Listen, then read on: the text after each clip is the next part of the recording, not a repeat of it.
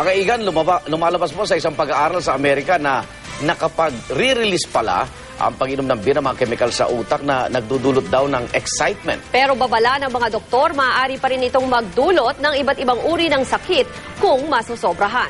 Saksi si Micaela Papa. Nasa gimikan man o kahit sa mga kanto o tabing kalsada, madalas bida sa salo-salo ang mga serbesa o beer. At ang dahilan ng mga nakausap kong umiinom, Konti lang.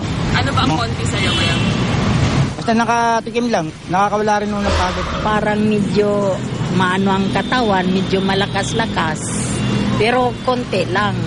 Isang bote.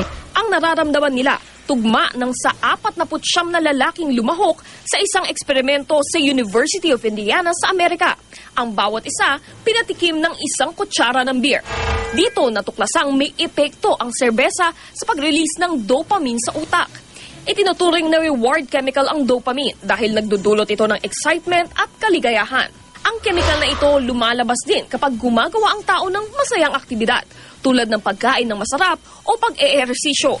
Pinainom din ang mga kalahok ng isang kutsara ng power drink at lumalabas na mas marami pa ring dopamine ang nailalabas ng isang kutsara ng beer.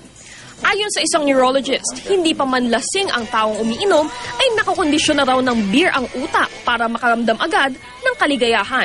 We call that mental peace. Somebody who, for example, that who loves to eat, it's because they derive pleasure when they eat. So the moment they just see, for example, the restaurant or the cafe, or even the smell of that thing, then there's a start in the release of dopamine. Lumabas din sa pag-aaral na mas mataas ang dopamine na nailalabas sa mga taong may history na ng alcoholism sa pamilya. On one hand, those with family history, whose parents, maybe the father is an alcoholic, the children are genetically, their brain are wired. Mas madali silang maten. Pero huwag gaanong malibang sa sayang idinudulot ng serbesa. Babala ng mga neurologist, pag napasobra ang pag-inom, magdudulot ito ng iba't ibang sakit tulad ng hypertension, stroke at pagbabago ng personalidad.